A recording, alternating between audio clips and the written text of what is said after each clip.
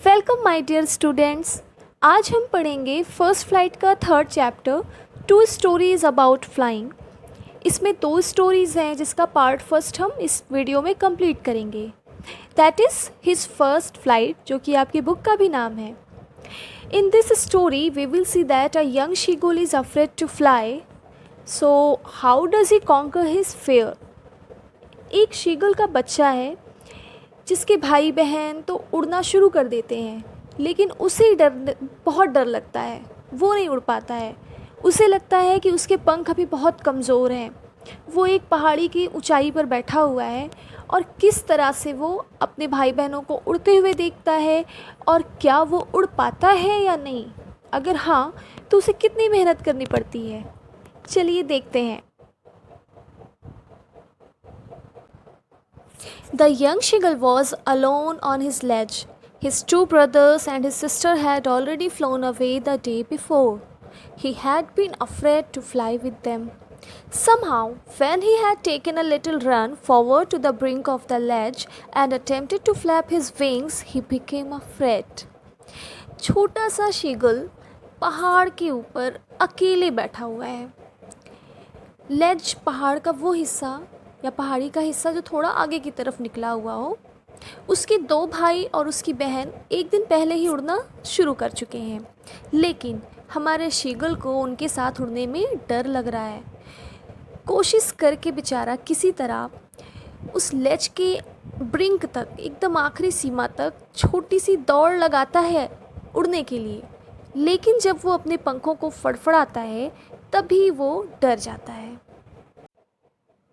The great expanse of sea stretched down beneath, and it was such a long way down, miles down. He felt certain that his wings would never support him, so he bent his head and ran away back to the little hole under the ledge. नीचे समुद्र का जो विस्तार था वो बहुत दूर दूर तक दिखाई दे रहा था, और ऐसा लग रहा था उसे कि समुद्र नीचे मीलों दूर है। उसने ये निश्चय कर लिया कि उसके पंख उसका कभी सपोर्ट नहीं करेंगे, कभी साथ नहीं देंगे, और बेचारे ने अपना सर झुकाया और वापस उस लेज में बने हुए एक छोटे से होल के अंदर चला गया, और वो रात उसने वहीं गुजारी। Even when each of his brothers and his little sister, whose wings were far shorter than his own, ran to the brink, flapped their wings and flew away, he failed to muster up courage to take that plunge which appeared to him so desperate. जबकि उसके सभी भाइयों ने और उसकी छोटी बहन ने भी, जिसका पंख उसके पंख से भी छोटा था, वो लोग उस ब्रिंक तक दौड़ कर के गए, अपने पंखों को फड़फड़ाया और वो लोग उड़ना शुरू कर देते हैं। बेचारा शीगल साहस इकट्ठा करने में फ़ेल हो जाता है। मस्टर मतलब गैदर करना, इकट्ठा करना। किस चीज़ का साहस इकट्ठा करना? उस पहाड़ी से छलांग लगाने में, प्लंज करने में, और जिसकी वजह से हमारा यंग शीगल बहुत ही डेस्परेट फील करता है। His father and mother had come around calling to him shrilly, upbraiding him, threatening to let him starve on his ledge unless he flew away. But for the life of him, he couldn't move. बेचारा Seagull, उसके पापा, उसकी mummy उसको चारों तरफ से आकर के चीखते हैं, बुलाते हैं, उसको स्कोल्ड करते हैं। अपब्रेड करना मतलब डांटते हैं, उसको धमकी भी देते हैं कि तुम अगर आज नहीं उड़े तो तुमको उसी लेज पर हम भूखे रखेंगे। लेकिन बेचारा शीगल बहुत कोशिश करने के बाद भी वहाँ से हिल भी नहीं पाता है। For the life of him is an idiom, जिसका मतलब होता है despite one's best effort result positive now. That was 24 hours ago. Since then, nobody had come near him. The day before, all day long, he had watched his parents flying about with his brothers and sister, perfecting them in the art of flight, teaching them how to skim the waves and how to dive for the fish. लगभग ये सब 24 घंटे पहले की बात थी, और अभी तक कोई भी उसके नज़दीक नहीं आया था। एक दिन पहले पूरा दिन उसने देखा कि उसके पेरेंट्स उसके भाइयों को और उसकी बहन को उड़ने की अलग अलग कलाएं सिखा रहे थे, उनको परफेक्ट बना रहे थे उड़ने में। उन्हें सिखा रहे थे कि किस तरीके से लहरों के ऊपर हल्की हवा में स्किम करते हुए मछली पकड़ी जाती है। He had, in fact, seen his older brother catch his first herring and devour it standing on a rock while his parents circled around raising a proud cackle. In fact, उसने देखा कि उसके बड़े भाई ने एक मछली भी पकड़ ली थी। हेरिंग एक तरीके की सॉफ्ट फिश होती है और बड़े चाव से उसे वो खा रहा था। एक रॉक पे वो खड़ा था और उसके पेरेंट्स उसे सर्कल करके बहुत ही प्राउडली कैकलिंग कर रहे थे, खिलखिला रहे थे। And all the morning the whole family had walked about on the big plateau midway down the opposite cliff taunting him with his cowards. और अगली पूरी सुबह, मतलब उस दिन सुबह में उसका पूरा परिवार एक दूसरे पठार पे जाता है। वहाँ पर एक अपोजिट चट्टान पे, इसके दूसरी तरफ चट्टान पे वो लोग बैठ करके इसकी कायरता के लिए इसे बहुत कोसते हैं, बहुत टॉन्ट करते हैं। The sun was now ascending the sky, blazing on his ledge that faced the south. He felt the heat because he had not eaten since the previous nightfall. अब सूरज आसमान में ऊपर की तरफ चढ़ रहा था और उसके लेज पर भी, उस पहाड़ी पर भी रोशनी पड़ रही थी, वो भी चमक रहा था, जो कि साउथ की तरफ फेस कर रहा था। और उसे अब गर्मी महसूस हो रही थी, उसे गर्मी फील हो रही थी क्योंकि उसने अभी पिछली रात से कुछ भी नहीं खाया है। He stepped slowly out to the brink of the ledge and standing on one leg with the other leg hidden under his wing, he closed one eye, then the other, and pretended to be falling asleep. वो धीरे धीरे लेज के किनारे तक आता है और एक पैर पे खड़ा हो जाता है, जबकि दूसरे पैर को अपने पंखों के नीचे छिपा देता है। फिर वो अपनी एक आंख बंद करता है, फिर वो अपनी दूसरी आंख बंद करता है और ऐसा दिखाने की कोशिश करता है जैसे उसे नींद आ रही है। तो शीगुल ये सब क्यों कर रहा है? वो अपनी फैमिली के लोगों का ध्यान आकर्षित करना चाह रहा है। Still, they took no notice of him. He saw his two brothers and his sister lying on the plateau, dozing with their heads sunk into their necks. His father was preening the feathers on his white back. Only his mother was looking at him. She was standing on a little high hump on the plateau, her white breast thrust forward. अभी भी उसकी तरफ कोई ध्यान नहीं देता है। वह देखता है कि उसके दोनों भाई और उसकी बहन अपने अपने गर्दन में सर धंसा करके आराम से नींद ले रहे हैं। उसके पापा अपनी सफ़ेद पीठ के बालों को संवार रहे हैं, प्रीनिंग कर रहे हैं। सिर्फ उसकी मम्मी उसकी तरफ देख रही हैं। वो एक ऊंचाई पर, थोड़ी सी ऊंचाई पर प्लेटो पे खड़ी हैं और वहाँ से उसको देख रही हैं। Now and again she tore at a piece of fish that lay at her feet and then scraped each side of her beak on the rock. The sight of the food maddened him. How he loved to tear food that way, scraping his beak now and again to wet it.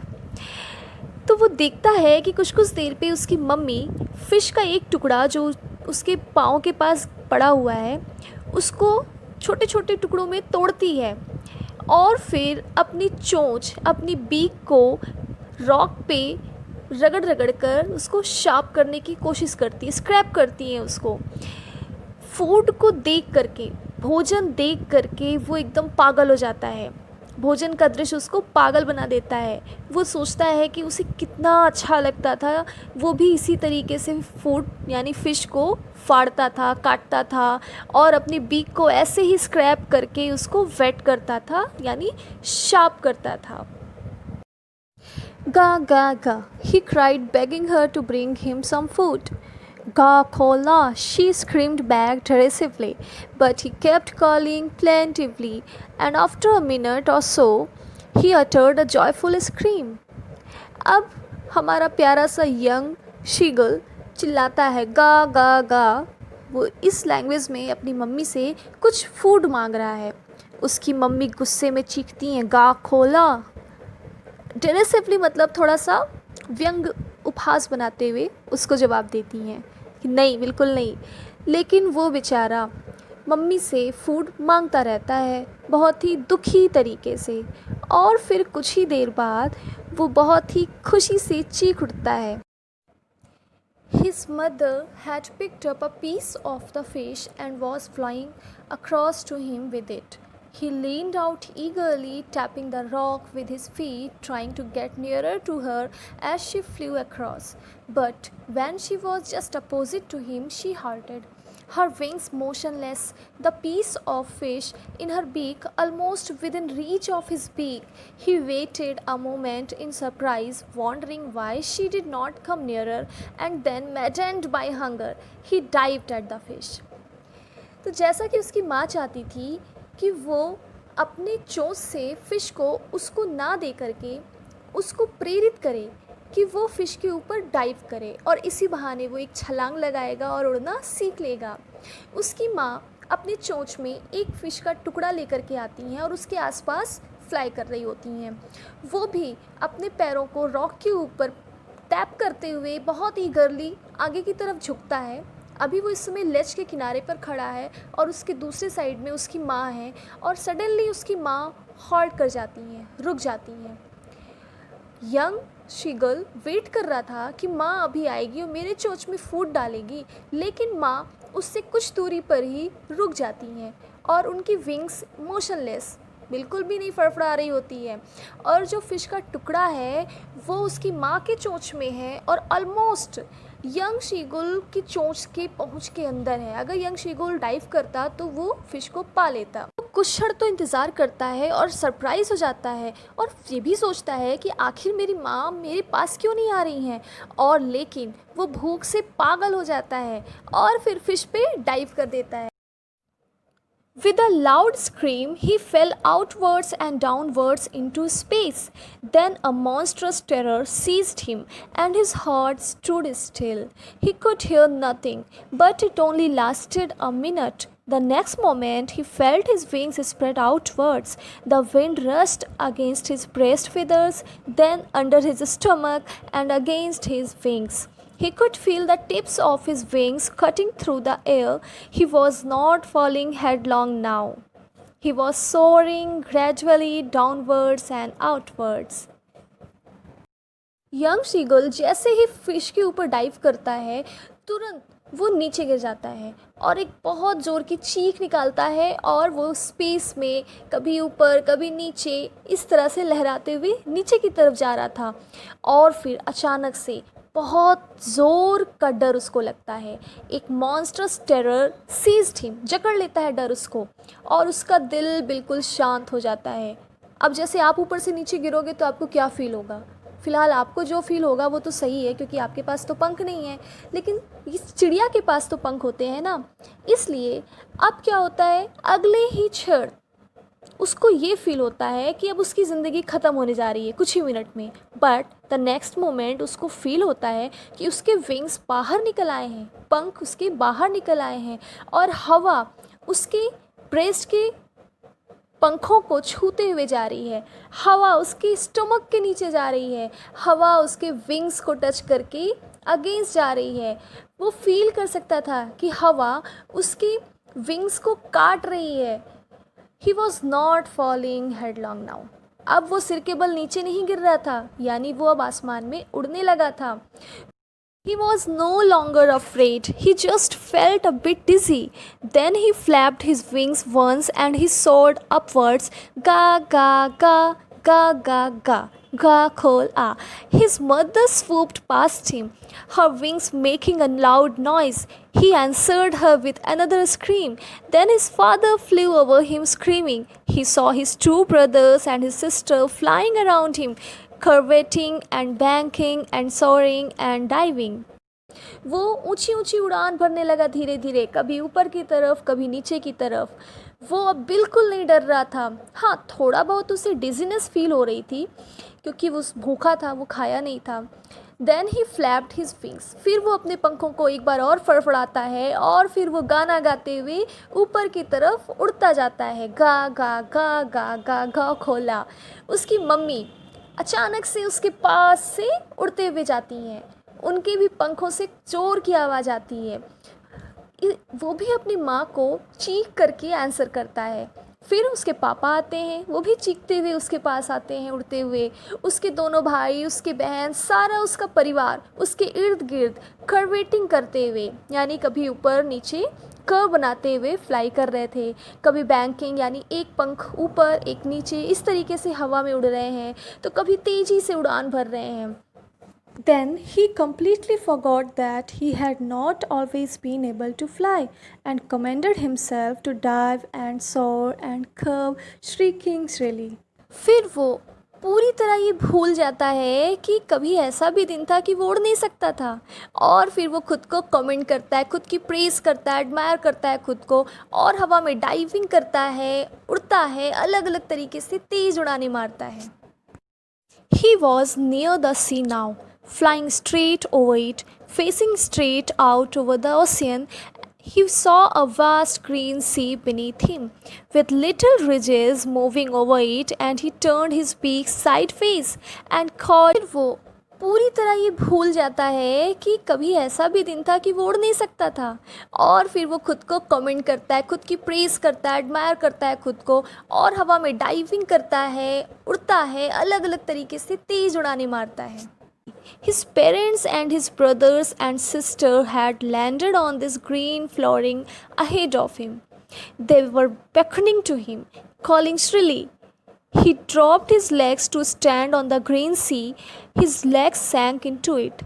He screamed with fright and attempted to rise again, flapping his wings. But he was tired and weak with hunger, and he could not rise, exhausted by the strange exercise. His feet sank into the green sea, and then his belly touched it, and he sank no further. He was floating on it, and around him his family was screaming, praising him, and their beaks were offering him scraps of dogfish. He had made his first flight. उसके parents, उसके भाई, उसकी बहन, ये सारे लोग उस green floor के ऊपर यानी समुद्र के ऊपर पहले ही लैंड कर चुके थे। अब उसकी बारी थी। वे उसे भी आवाज़ दे रहे थे, बहुत तेज़ी से बुला रहे थे। अभी हमारे यंग शीगल ने उड़ना तो सीख लिया था, लेकिन समुद्र के ऊपर लैंड करना नहीं सीखा था। उसे वो जैसे ही नीचे आता है, उसका पैर समुद्र के अंदर जाता है और उसको लगता है कि वो उसमें डूब गया। And he screamed with fright. वो डर के मारे चीख उठता है और कोशिश करता है दोबारा से पंख फड़फड़ाकर उड़ने की, लेकिन बेचारा थक चुका था और भूख से कमज़ोर भी हो गया था, और अभी जो उसने इतनी एक्सरसाइज की है, इतनी उड़ाने भर के, इससे भी बहुत ज़्यादा थक चुका था, इसलिए वो उड़ ना सका। उसके पैर समुद्र के अंदर चले जाते हैं और वो फील करता है कि वो डूबा नहीं।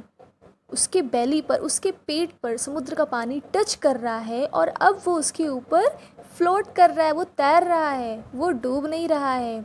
और उसकी फैमिली उसके चारों ओर खुशी के मारे चीख रही है, प्रेज़ कर रहे हैं सब उसका, और साथ ही साथ उन सभी के चोंच में डॉगफिश का टुकड़ा भी है, और वो सारे लोग यंग सीगल को खुशी की वजह से उसको ऑफ़र कर रहे हैं वो डॉगफिश का टुकड़ा। तो इस तरह से हमारे नन्हे सीगल ने अपनी पहली उड़ान भर ली। स्टूडेंट्स, हमने देखा कि इस यंग सीगल को अपनी पहली उड़ान भरने में कितनी चुनौतियों का सामना करना पड़ा। इसके भाई बहन इसके पहले ही उड़ना शुरू कर चुके थे, क्योंकि उनको खुद पर विश्वास था, और हमारा नन्हा सीगल खुद पर विश्वास नहीं कर पा रहा था, अपने पंख को कमज़ोर समझता था। कहीं ना कहीं, कभी ना कभी हमारे साथ भी तो ऐसा होता है, हम खुद को कमज़ोर समझने लगते हैं, जो कि एक गलत बात है। जब हम बच्चे थे और हमें चलना नहीं आता था, तो चलना सीखने के लिए न जाने कितनी बार हम गिरे थे।